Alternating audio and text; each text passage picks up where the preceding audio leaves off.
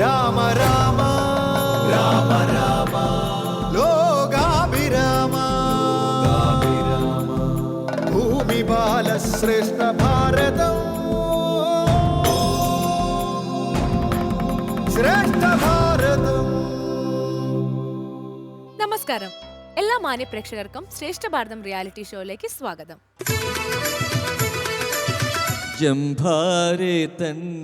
അഞ്ചു നാൾ കൊണ്ട് പൂർത്തിയാക്കിയ രാമസേതുവിലൂടെ ഹസ്തേ ധരിച്ചുകൊണ്ട് ഹസ്തഭീത്യാജവം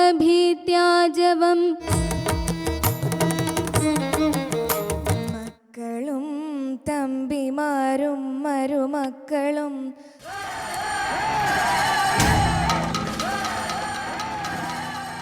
ദിവാദ മത്സരം ആരംഭിക്കുന്നു. ദിവാദ മത്സരം നയിക്കാൻ ശ്രീ രാഹുൽ ഈശ്വരനെ ക്ഷണിക്കുന്നു. സ്വാഗതം സർ. ഇന്നത്തെ ദ്വിവാദ മത്സരത്തിലേക്ക് ഇരു ടീമുകളെയും സ്വാഗതം ചെയ്യും.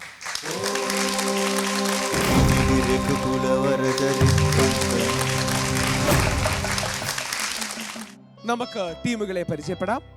ജിഷ്ണുരാജ് 10th പഠിക്കുന്നു, ഭവൻസ് വിദ്യാമന്ദിർ മഞ്ഞപ്ര. ശാരിക 12th പഠിക്കുന്നു. രാജലക്ഷ്മി 10th പഠിക്കുന്നു. വൈശാഖ് 8th സ്കൂൾ അമൃത വിദ്യാലയം. ജിഷ്ണു, എന്താ നിങ്ങൾ ടോപ്പിക്?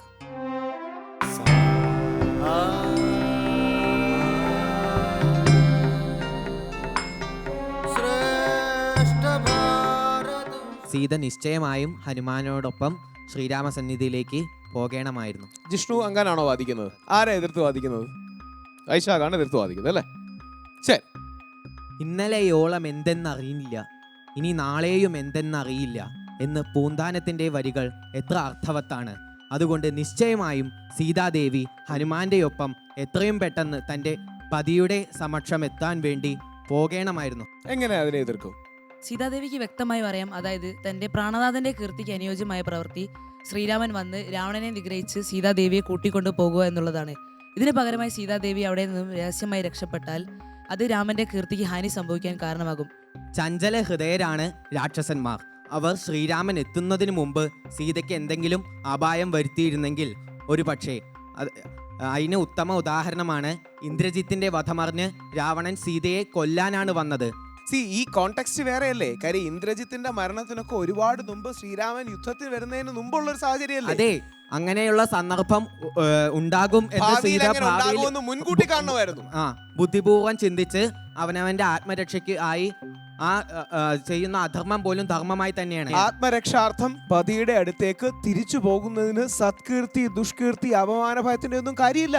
ഇവിടെ നമ്മൾ ഓർക്കേണ്ട കാര്യം എന്താണെന്ന് വെച്ചാൽ, പണ്ടത്തെ ഭാരതത്തിലെ പതിവ്രതയായ സ്ത്രീകൾ തന്നോട് ജീവനേക്കാളും വലുത് ഭർത്താവിന്റെ കീർത്തിക്കാണ് പ്രാധാന്യം കൊടുത്തിരുന്നത്. എന്നാൽ ഇന്നത്തെ സ്ത്രീകളെ പോലെയല്ല അവർ തന്റെ ജീവനേക്കാളും ഭർത്താവിന്റെ കീർത്തിയെ കാട്ടി സ്വന്തം സുരക്ഷയ്ക്കല്ലേ പ്രാധാന്യം കൊടുക്കേണ്ടത്? ഓർക്കേണ്ട കാര്യം എന്താ വെച്ചാൽ, ഒരു പതിവ്രത സ്ത്രീയാണ്. അതല്ലേ ശരി. പക്ഷേ ഞാൻ പറഞ്ഞ പോലെ സീത ഹനുമാന്റെ ഒപ്പം ശ്രീരാമന്റെ സന്നിധിയിൽ എത്തിയാലും ശ്രീരാമന് യുദ്ധം ചെയ്യാനുള്ള സാധ്യതകൾ ഒന്നും കുറയില്ല. ഇക്ഷാകു വംശമല്ലല്ലോ, അതായത് രാവണൻ തട്ടിക്കൊണ്ടുപോയി, ഹനുമാൻ തിരിച്ചു തട്ടിക്കൊണ്ടുപോയി, അങ്ങനെ വേണമായിരുന്നു. അതൊരു തട്ടിക്കൊണ്ടുപോകലായിട്ട് ഞാൻ കണക്കാക്കുന്നില്ല. കാരണം ലങ്കാദഹനം കഴിഞ്ഞ് വീരോചിതമായി ഹനുമാൻ താൻ ആരാണെന്ന് രാവണന് മനസ്സിലാക്കി സീതയുടെ മുന്നിൽ വൃത്താന്തങ്ങളെല്ലാം കൈമാറി ധീരതയോടെയാണ്. അന്യപുരുഷൻ എന്ന് ഞാൻ ഇവിടെ പറയാൻ ആഗ്രഹിക്കുന്നില്ല. കാരണം സീത മകനെ എന്ന് സംബോധന ചെയ്യുന്നു ഹനുമാനെ. കൂടാതെ ഹനുമാൻ സീതയെ മാതാവ് എന്ന രീതിയിലാണ് കാണുന്നത്. അവിടെ എവിടെയാണ് അന്യപുരുഷന്റെ? പക്ഷെ അവിടെയും സീതയുടെ ആത്മാഭിമാനമല്ലേ, സ്വന്തം ജീവനേക്കാൾ മേലിലാണ് അഭിമാനം എന്ന് പറയുന്ന ആത്മാഭിമാനമല്ലേ നമ്മൾ കാണേണ്ടത്. ഭാവശുദ്ധിയാണ് എന്ന് പറഞ്ഞാലും സീത ഒരു പക്ഷേ അവിടെ നിന്ന് മരിച്ചു പോയാൽ അത് ഒരു പരാജയമായിട്ടാണ് ഞാൻ കാണുന്നത് രാവണന്റെ മുന്നിൽ. അതായത് റിയലിസ്റ്റിക്കലി ചിന്തിച്ച് സീത ഹനുമാന്റെ കൂടെ പോവുകയായിരുന്നെങ്കിൽ അതല്ലേ കുറെ കൂടെ യാഥാർത്ഥ്യ ബോധത്തോടെ ജീവിതത്തെ കാണാനുള്ള ഒരു വഴി. സീതാദേവിക്ക് വ്യക്തമായും അറിയാം, അതായത് രാമന്റെ കർത്തവ്യമാണ് സീതാദേവി വന്ന് രക്ഷിക്കേണ്ടത് എന്നുള്ളത്. കേവലം ഒരു ദൂതനായ ഹനുമാന്റേതല്ല. കോർ പോയിന്റ് അതാണ്. ദൂതന് ദൂത് കൊടുക്കുക എന്നുള്ള ധർമ്മം മാത്രമാണുള്ളത്. രക്ഷകനായി അവിടെ രക്ഷിക്കാൻ വരേണ്ടത്, യുദ്ധം ചെയ്യേണ്ടത് ശ്രീരാമനാണ്. ഒരു പക്ഷേ ഞാൻ ചോദിക്കട്ടെ, ഹനുമാൻ വരുന്നതിന് മുമ്പ് ആത്മഹത്യക്കാണ് സീത ഒരുങ്ങിയത്. അപ്പോൾ ആ മനോബലം എവിടെ പോയി എന്നാണ് ഞാൻ ചോദിക്കുന്നത്. ആത്മഹത്യക്ക് ഒരുങ്ങി ഇത്രയും വിഷമിച്ചിരിക്കുകയാണ്. അപ്പൊ ഈ പറയുന്ന ധർമ്മവും ബാക്കി കാര്യങ്ങളും ഇവിടെയാണ്. മനോബലം എവിടെ പോയി? നമ്മൾ ഓർക്കേണ്ടത് എന്താണെന്ന് വെച്ചാൽ രാമായണം ശ്രേഷ്ഠ ഭാരതത്തിന് ഇതിഹാസമാണെന്നുള്ളതാണ്. ഒരു സാധാരണ കഥയിൽ ഉപയോഗിക്കുന്ന ഇനി എന്ത് എന്ന ഉദ്വേഗജനമായ ആഖ്യാന രീതിയിൽ ഇവിടെ അവലംബിച്ചിരിക്കുന്നത്. ഭർത്തൃസേവ എന്ന ഒരു പ്രാഥമിക ധർമ്മം അവിടെ സീത എന്തുകൊണ്ട് കാണിക്കുന്നില്ല എന്നാണ് ഞാൻ ചോദിക്കുന്നത്. പോകപ്പെട്ട വിരഹിച്ചിരിക്കുന്ന സീത ഭർത്തൃസേവ ചെയ്യാൻ വേണ്ടി പെട്ടെന്ന് തിരിച്ചു പോകണമെന്നാണ് പറയുന്നത്. സീത അതൊരു അധർമ്മമായി കരുതുകയാണെങ്കിൽ ഹനുമാനെ എന്തും സാധ്യമാണെന്ന് ശരി, അതൊരു അധർമ്മമായി കാണണ്ട എന്നുള്ളതാണ്. ഒറ്റ വരിയിൽ എന്ത് ആർഗ്യുമെന്റ് ഉണ്ടോ? രാമൻ ഹനുമാനോട് ഏൽപ്പിച്ച കാര്യം എന്താണെന്ന് വെച്ചാൽ സീതാദേവിയുടെ അവസ്ഥ സീതാദേവി എവിടെയാണെന്നാണ്, അല്ലാതെ സീതാദേവിയെ കൂട്ടിക്കൊണ്ടുവരാനോ അല്ല. രാമൻ ഹനുമാനോട് ലങ്ക ദഹിപ്പിക്കാൻ പറയുന്നുണ്ടോ? രാമൻ ഹനുമാനോട് ലങ്ക ദഹിപ്പിക്കാൻ പറയുന്നുണ്ടോ? അവിടുത്തെ പൂങ്കാവനങ്ങൾ നശിപ്പിക്കാൻ പറയുന്നുണ്ടോ? അക്ഷകുമാരനെ വധിക്കാൻ ശ്രീരാമൻ ഹനുമാന്റെ സ്കൂൾ ടീച്ചറൊന്നും അല്ലല്ലോ, പറയുന്നതല്ല അതേ വരി തന്നെ പോവാൻ.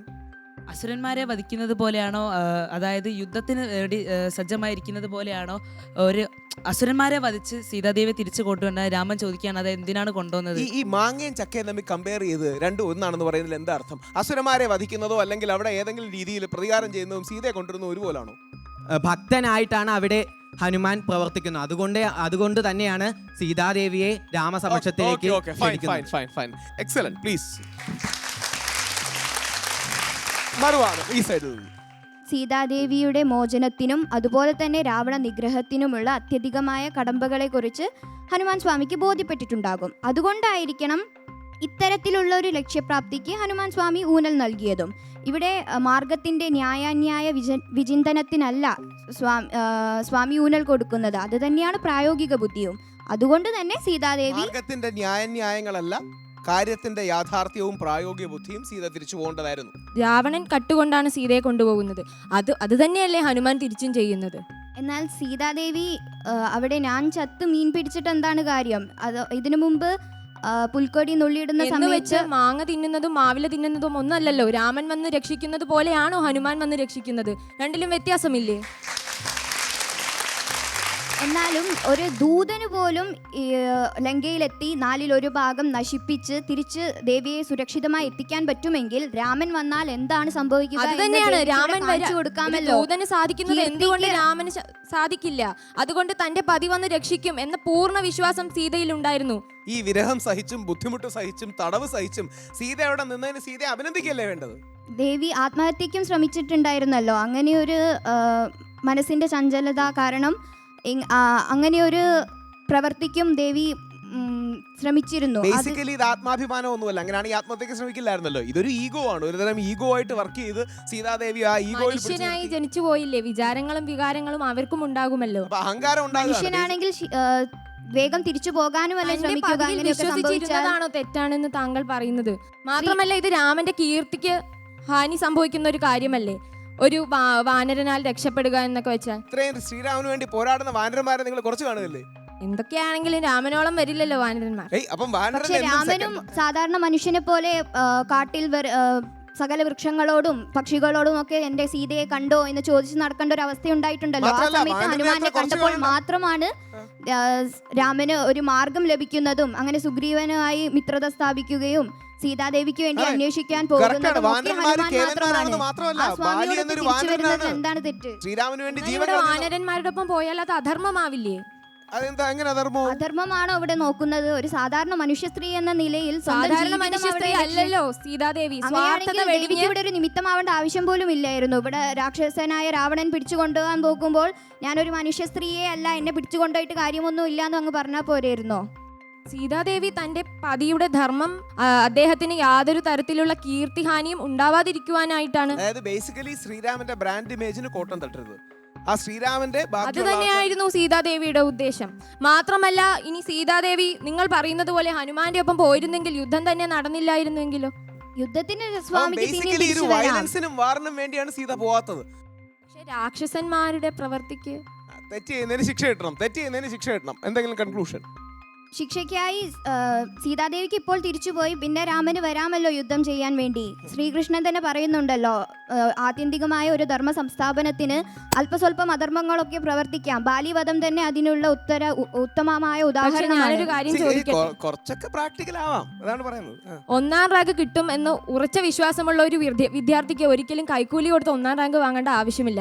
അതുപോലെ തന്നെ ശ്രീരാമൻ വരുമെന്ന് ഉറച്ച വിശ്വാസമുള്ള സീത എന്തിനു ഹനുമാന്റെ ഒപ്പം പോകണം? പക്ഷെ അതിന് നടുവിൽ എന്ത് വേണമെങ്കിലും സംഭവിക്കാം, ജീവിതമാണ്. സീതാദേവിക്ക് അങ്ങനെ ഒരു ഭയം ഇല്ലായിരുന്നു. അഥവാ ശ്രീരാമൻ വന്നില്ലായിരുന്നുവെങ്കിൽ മറ്റൊരു പ്രായോപവേശം അനുഷ്ഠിക്കാൻ വരെ സീതാദേവി ആലോചിച്ച് തീരുമാനിച്ചിരുന്നു. രണ്ടുപേരും നന്നായി പറഞ്ഞു. അവിടുത്തെ ഉത്തരങ്ങൾ, ഷോർട്ട് ആർഗ്യുമെന്റ്സ്, ഇതെല്ലാം കൂടെ നമ്മൾ എടുക്കണം. ജഡ്ജസ് ഭവൻസ് മഞ്ഞപ്രയും അമൃത കോഴിക്കോട്. ഭവൻസിൻ്റെ ആദ്യത്തെ 2ാമത്തെയും റൗണ്ടിൽ രണ്ടുപേരും വളരെ ഭംഗിയായിരുന്നു. രണ്ടുപേരും ഒരേപോലെ വന്നുവെങ്കിലും ലാസ്റ്റിൽ വന്നപ്പോൾ ഇവരൊന്നിത്തിരി കയറിയോ മൊത്തത്തിലെടുക്കുമ്പോൾ ഇതാണ് ശരിക്കും പോയിന്റ് ബൈ പോയിന്റ് ആയിട്ട് ആർഗ്യൂ ചെയ്യാന്ന് പറഞ്ഞാൽ ഗംഭീരമായിട്ട് രണ്ടുപേരും പെർഫോം ചെയ്തു. ഗ്രേറ്റ്. മാർക്സ്. ഭവാൻസ് വിദ്യാമന്ദിർ മഞ്ഞപ്ര 8, അമൃത വിദ്യാലയം 6. ഭവൻസിന് 8, അമൃതയ്ക്ക് 7. നിങ്ങൾ രണ്ടുപേരും വളരെ നന്നായിരുന്നു. പ്രസംഗിക്കുമ്പോൾ വളരെ വിശാലമായി 1 മണിക്കൂർ സംസാരിക്കാം. അവിടെ 1 മിനിറ്റിൽ ആ മറ്റേ ആളുടെ ഫ്ലോയിൽ കയറി പിടിച്ച് കൗണ്ടർ ചെയ്യാനുള്ളതാണ്. മോൻ്റെ നല്ല കണ്ടന്റ് റിച്ച് ആയിരുന്നു, പക്ഷേ 2-3 വരികളും കൂടെ എക്സ്ട്രാ വേണം. ഇവർക്ക് 8, നിങ്ങൾക്ക് 7. ഭവൻസിന് 24 മാർക്ക്, അമൃത വിദ്യാലയത്തിന് 20 മാർക്ക്. ഭവൻസ് വിദ്യാമന്ദിറിന് ആകെ ലഭിച്ചിരിക്കുന്ന പോയിന്റുകൾ 117.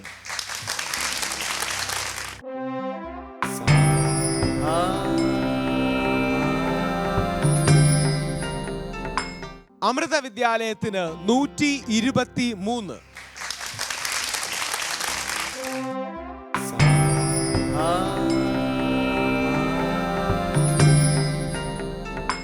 ഇന്നത്തെ മത്സരത്തിൽ മുമ്പോട്ട് പോകുന്നത് അമൃത വിദ്യാലയം.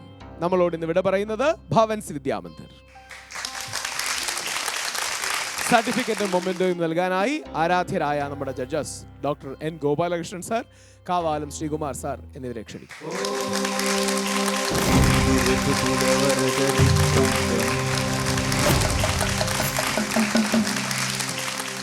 ഈ ആഴ്ചത്തെ 2ാമത്തെ ദ്വിവാദ മത്സരം ആരംഭിക്കുന്നു. ടീമുകളെ ക്ഷണിക്കുന്നു.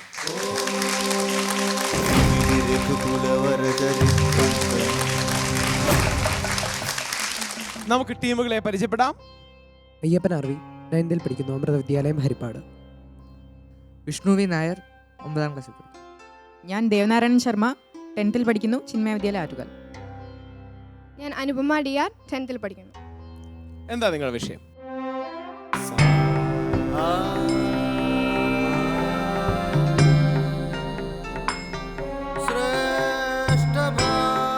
തൻ്റെ ഉപവനം നശിപ്പിച്ചിട്ടും അരുമപുത്രനായ അക്ഷകുമാരനെ വധിച്ചിട്ടും രാവണൻ ഹനുമാനെ വെറുതെ വിട്ടത് രാവണന്റെ ഉള്ളിലെ ധാർമ്മികത കൊണ്ടാണ്. അങ്ങനെയാണ് വാദിക്കുന്നത്. ആരാ അല്ലെന്ന് വാദിക്കുന്നത്? ശരി.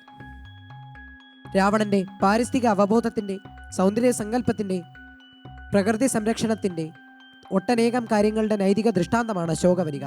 താൻ ജീവന് തുല്യം സ്നേഹിക്കുന്ന അശോകവനിക നിസാരനായ ഒരു വാനരൻ തകർത്തു എന്ന് കേട്ടപ്പോൾ വൈകാരികമായി രാവണൻ പ്രതികരിച്ചതിനെ നമുക്ക് ന്യായീകരിക്കാവുന്നതാണ്. എന്തു പറയുന്നു?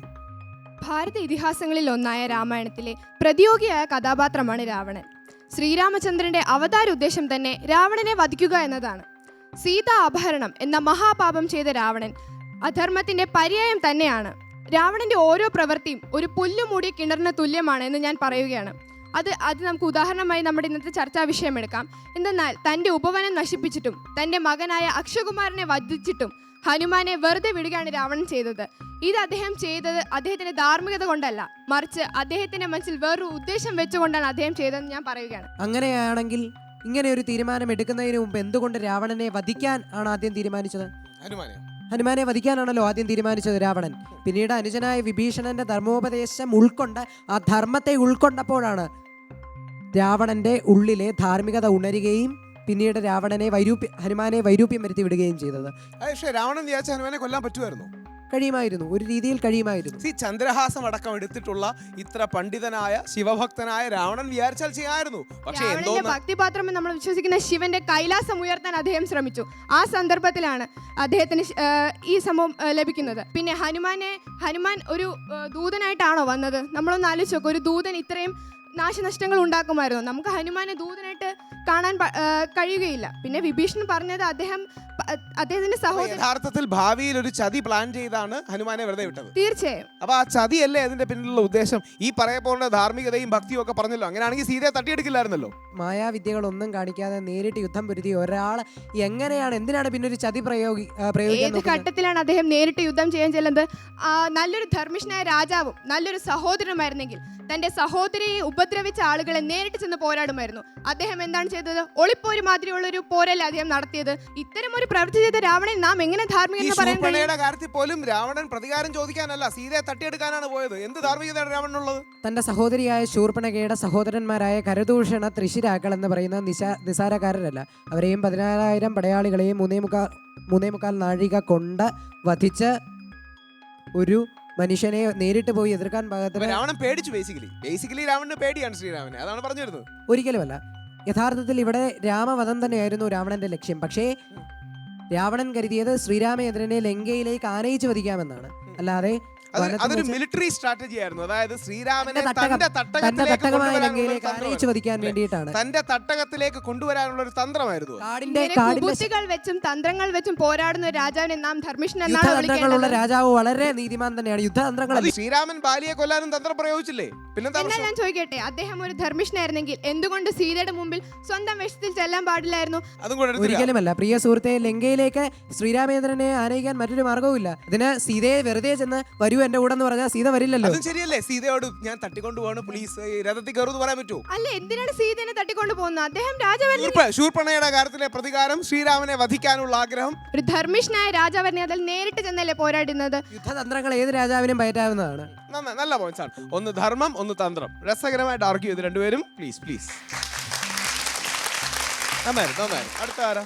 നാം ഇന്നത്തെ ചർച്ചാ വിഷയം തന്നെ എടുത്ത് നോക്കുകയാണെങ്കിൽ നമുക്ക് എല്ലാവർക്കും അറിയാവുന്നതാണ്, ഹനുമാൻ സീതാന്വേഷണത്തിനായി ലങ്കയിൽ ചെല്ലുകയും അവിടെ സീതാദേവിയെ കണ്ടുമുട്ടിയതിന് ശേഷം രാവണന്റെ പ്രിയ ഉപവനമായ അശോകവനിക തല്ലി തകർക്കുകയും വളരെയധികം നാശനഷ്ടങ്ങൾ വരുത്തി രാവണന്റെ മകനായ അക്ഷകുമാരനെ വധിച്ചു. എന്നിട്ട് ഇന്ദ്രജിത്ത് വന്ന് ഹനുമാനെ ബന്ധിതനാക്കി രാവണന്റെ മുമ്പിൽ കൊണ്ടുവന്നപ്പോൾ രാവണൻ ഒരു ശിക്ഷ മാത്രം കൊടുത്തു വിട്ടു.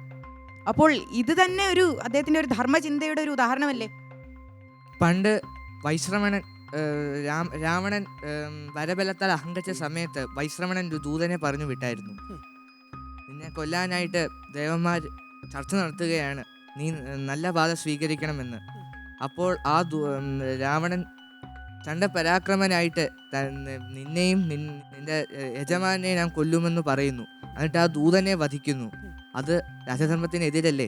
രാവണൻ അങ്ങനെ ഒരു ദൂതനെ കൊന്ന ചരിത്രമാണ് പറഞ്ഞത്.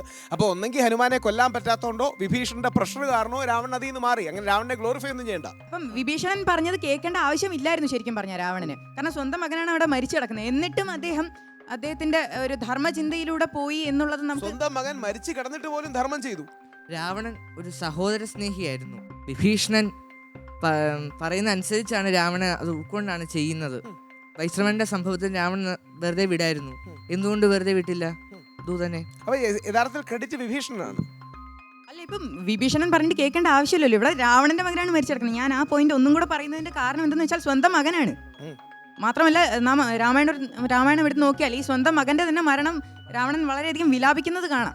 എന്നിട്ടും ഇത്രയൊക്കെ ക്രോധം എന്തുകൊണ്ടാണ് രാവണൻ വെറുതെ വിട്ടെന്നാണ് നിങ്ങളുടെ പോയിന്റ്? കാരണം ഹനുമാൻ ഒരു ദൂതനാണ്. കാരണം ഇപ്പം പുറം ലോകം ചിന്തിക്കുന്നത് ഹനുമാൻ ഒരു ദൂതനായി ചെന്നു എന്നാണ്. അപ്പോൾ അതുകൊണ്ട് തന്നെ വധിച്ചാൽ അദ്ദേഹത്തിന്റെ ധാർമ്മികതയുടെ ഒരു ഇത് തന്നെ ഇല്ലാതാവുകയാണ്. അതിനും ഒരു കാരണമുണ്ട്. അതായത് നമ്മൾ പല പാഠഭേദങ്ങൾ എടുത്ത് നോക്കുകയാണെങ്കിൽ സീതാ സ്വയംവരത്തിന് രാവണൻ വന്നതായി നമുക്ക് അറിയാൻ പറ്റുന്നുണ്ട്. അന്ന് അവിടെ ശിവന്റെ വില്ലായ ത്രയംബകം ഉയർത്താൻ പറ്റിയ 2 പേരായിരുന്നു ഉണ്ടായിരുന്നത്. അതായത് രാമനും രാവണനും. അപ്പം അതുകൊണ്ട് തന്നെ അദ്ദേഹം അന്ന് ആ വില്ല് ഉയർത്തി, രാവണൻ ആ വില്ല് ഉയർത്തി. എന്നിട്ടും അദ്ദേഹം അതിന്റെ ഞാൻ വലിച്ചുമില്ല. കാരണം അദ്ദേഹത്തിന് അറിയാമായിരുന്നു ആ വില്ല് പൊട്ടുമെന്ന്. അപ്പോൾ അദ്ദേഹത്തിന്റെ ഭക്തിപാത്രമായ ശിവന് എതിരെ അനാദരവ് കാണിക്കാതിരിക്കാൻ വേണ്ടിയാണ് അദ്ദേഹം ഇങ്ങനെ ഞാൻ വലിക്കാതിരുന്നത്. എന്നാൽ അത് അദ്ദേഹത്തിന്റെ ബലഹീനതയാണെന്ന് ബാക്കി എല്ലാവരും തെറ്റിദ്ധരിച്ചു. കൈലാസം എടുത്തു നോക്കിയ രാവണന്റെ മാന്യതയും മര്യാദയും കുറിച്ചാണ് അദ്ദേഹം സൂചിപ്പിച്ചത്. ശിവഭക്തനല്ലായിരുന്നോ രാവണൻ? ശിവനെ നിന്ദിക്കുന്ന തുല്യമല്ലേ? ശിവനെ നിന്ദിക്കുന്നതല്ലേ ഇത്? കൈലാസപർവ്വതം ഒരു അദ്ദേഹം ഇത്രയും ഒരു കഴിവുള്ള ഒരു വ്യക്തിയാണ്. അത് ശിവനും കാണണ്ടേ? ഇപ്പം ടാലന്റ് നോട്ടീസ് ചെയ്യാന്നൊക്കെ പറയത്തില്ലേ, അതുപോലെ. അപ്പോൾ അതുകൊണ്ട് അദ്ദേഹം നിങ്ങൾ ശ്രദ്ധിക്കേണ്ട കാര്യം ഇതാണ്, ഈ രാവണൻ സാധാരണ ഒരു വില്ലൻ അല്ല. മാത്രമല്ല രാവണൻ ഒരു വളരെയധികം ജ്ഞാനിയായിരുന്നു എന്നാണ് മിക്കയിടത്തും നമുക്ക് കാണാൻ കഴിയുന്നത്. അദ്ദേഹം ശിവതാണ്ഡവ സ്തോത്രം രചിച്ച അദ്ദേഹമാണെന്നാണ് പറയുന്നത്. അദ്ദേഹത്തിന്റെ ഒരു വാദ്യോപകരണം തന്നെയുണ്ട്, രാവണഹഠം എന്ന് പറയുന്നത്. മാത്രമല്ല അദ്ദേഹം ഒരു ജ്യോതിഷത്തിന്റെ ഒരു പുസ്തകം തന്നെ എഴുതിയിട്ടുണ്ട്, ഒരു ഗ്രന്ഥം തന്നെ എഴുതിയിട്ടുണ്ട്, രാവണ സംഹിത എന്ന് പറഞ്ഞിട്ട്. ഇത്രയും ജ്ഞാനിയായ ഒരാളുടെ മനസ്സ് പാകപ്പെടുകയാണ് ചെയ്യുന്നത്. അദ്ദേഹം അധാർമികതയിലൂടെ അദ്ദേഹത്തിന്റെ പ്രവണത കുറയുകയാണ് ചെയ്യുന്നത്. ഞാൻ നേരത്തെ പറഞ്ഞ ഒരു സന്ദർഭം തന്നെ നാം പാഠവേദത്തിൽ സ്വഭാവം കൊള്ളില്ലെങ്കിൽ ഒന്നുമില്ല, അതാണ് കറക്റ്റ്. അല്ല, അപ്പോൾ അന്ന് അദ്ദേഹം തെറ്റിദ്ധാരണ കാരണമാണ് അദ്ദേഹത്തിന് അന്ന് സീതയെ കല്യാണം കഴിച്ച് കൊടുക്കാത്തത്. അപ്പൊ അദ്ദേഹത്തിന് സീതയോടുള്ള മോഹം അന്നും എപ്പോഴും അദ്ദേഹത്തിന്റെ മനസ്സിനുള്ളിൽ അല്ല, ഇതിപ്പോൾ ഞാൻ പറഞ്ഞു വരുന്നത്. അപ്പം സീതാപഹരണം എന്നുള്ള ഒരു കാരണം വെച്ചാൽ നാം എല്ലാവരും രാവണൻ അദ്ദേഹം വളരെ പെർസെന്റ് ആയിട്ടാണ് വേദവതി ആണ് റേസ് ചെയ്യുന്നത്. എങ്ങനെ മറുപടി പറയും? ഇവിടുത്തെ വിഷയം ഇന്ന് ഹനുമാനെ കുറിച്ച്, ഹനുമാൻ അവിടെ ഉപവനം നശിപ്പിച്ചപ്പോൾ പറയാനൊന്നുമില്ല, അതുകൊണ്ടാണ് വേദവതി വേദവതി നേർന്ന് പാളം വെക്കുന്നത്. നിങ്ങൾക്ക് ഹനുമാന്റെ വിഷയത്തിൽ എന്താ നിലപാട്? ഹനുമാൻ പറ്റില്ല, വേദവതിയെ പറ്റൂ. ഒരു കാര്യം കൂടെ ഉണ്ട്, രാവണൻ ഒരു പ്രജാക്ഷേമ തത്പരനായിരുന്നു, ഒരു നല്ലൊരു ഭരണാധികാരിയായിരുന്നു, നല്ലൊരു പിതാവുമായിരുന്നു. ഈ ഗുണങ്ങളൊക്കെ ഒരു ധർമ്മിഷ്ഠന് വേണ്ടത്. ഇത് അദ്ദേഹത്തിന് വളരെയധികം 98% നല്ല മനുഷ്യനായിരുന്നു. അതെ, ഇന്ന് നാം സമൂഹത്തിൽ കാണുന്നതിനെക്കാട്ടിലും എത്ര ഭേദമാണ് അദ്ദേഹം. പണ്ട് മുതൽക്ക് ഐശ്വര്യ തുല്യമായിരുന്നു. പണ്ട് വൈശ്രവണൻ തപസ്സനുഷ്ഠിച്ച് ബ്രഹ്മാവിൽ നിന്നും ധീശ്വരത്വവും ദിക്പാലോക്തവും നേടി. തന്റെ പിതാവിനോട് ചോദിച്ചു തനിക്ക് വസിക്കാൻ ഒരു സ്ഥലം വേണമെന്ന്. വിശ്രവസ മഹർഷി പറയുകയുണ്ടായി, ദക്ഷിണ സമുദ്ര തീരത്ത് ത്രികൂട പർവ്വതത്തിൽ സ്ഥിതി ചെയ്യുന്ന വിശ്വകർമാവിനാൽ നിർമ്മിതമായ ഒരു ലങ്കാപുരം ഉണ്ട്. ശരി, ഗുഡ് വൺ. നിങ്ങൾ ഡിബേറ്റിൽ നോക്കേണ്ടത് ലോക ചരിത്രവും ലോകത്തെ എല്ലാ രാജ്യങ്ങളും മുമ്പോട്ട് പോകുന്നത് പ്രസംഗങ്ങളെക്കാൾ ഡിബേറ്റിലൂടെയാണ്. നിലപാട് വെച്ച് വാദിച്ച് ജയിക്കാൻ നമുക്ക് കഴിയണം. ശരി, ജഡ്ജസ് നല്ല രീതിയിൽ രണ്ടുപേരും പെർഫോം ചെയ്തു. ആദ്യം ഇവരങ്ങോട്ട് കയറി നിന്നു. നിങ്ങൾ തുടക്കം മുതൽക്ക് തന്നെ കയറി നിന്നിട്ടുണ്ട്. അത് കാരണം കൂടുതൽ വിവരിക്കാൻ നിൽക്കുന്നില്ല. നിങ്ങൾക്ക് ചിന്മയ വിദ്യാലയക്ക് 8, അമൃത വിദ്യാലയത്തിന് 7. ചിന്മയ്ക്ക് 8, അമൃതയ്ക്ക് 7. രണ്ടുപേരും നന്നായി ചെയ്തു. അയ്യപ്പനൊക്കെ വളരെ കണ്ടന്റ് റിച്ച് ആണ്. മോന് ആ words per minute and arguments per minute കുറച്ച് കൂട്ടണം. ഇവർ രണ്ടുപേരും ആ രീതിയിൽ നല്ല രീതിയിൽ പെർഫോം ചെയ്തു. ഇവർക്ക് 8, നിങ്ങൾക്ക് 7. ചിന്മയ വിദ്യാലയത്തിന് ആകെ ലഭിച്ചിരിക്കുന്നത് 24 മാർക്ക്. അമൃത വിദ്യാലയത്തിന് 21 മാർക്ക്. അമൃത വിദ്യാലയത്തിന് ആകെ ലഭിച്ച മാർക്ക് 122.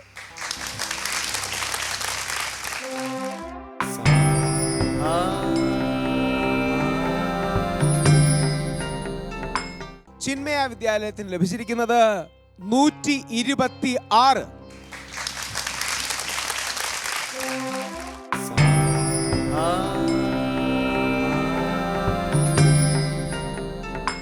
അമൃത വിദ്യാലയം വളരെ നല്ല പെർഫോമൻസിന് ശേഷം നമ്മുടെ ശ്രേഷ്ഠ ഭാരതത്തിൽ നമ്മളോട് വിട പറയുകയാണ്. അവർക്ക് മൊമെന്റവും സർട്ടിഫിക്കറ്റും കൊടുക്കാൻ ഗോപാലകൃഷ്ണൻ സാറിനെയും ആദരണീയനായ കാവാലം ശ്രീകുമാർ സാറിനെയും ക്ഷണിക്കും. ഈ ആഴ്ചത്തെ ബെസ്റ്റ് പെർഫോമർ അമൃത വിദ്യാലയത്തിലെ അയ്യപ്പൻ.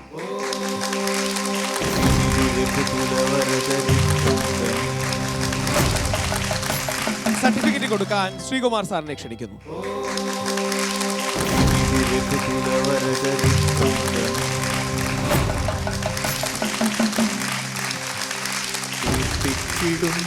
ശ്രേഷ്ഠ ഭാരതം എന്ന മഹത്തരമായ ദൗത്യം നമ്മുടെ കുട്ടികളിൽ മൂല്യങ്ങൾ, കഴിവുകൾ, നൈപുണ്യങ്ങൾ, അവരുടെ അഭിരുചികൾ പുറത്തു കൊണ്ടുവരൽ, അവരുടെ പൊട്ടൻഷ്യലിലേക്ക് അവരെ എത്തിക്കുക എന്നും നാടിന് ഏറ്റവും വാല്യുബിളായ സിറ്റിസൺ, സാംസ്കാരിക ബോധമുള്ള സിറ്റിസൺസ് ആക്കുക എന്നുള്ളതുമാണ്. മറ്റൊരു എപ്പിസോഡിൽ നമുക്ക് വീണ്ടും കാണാം. ജയ് ഹിന്ദ്.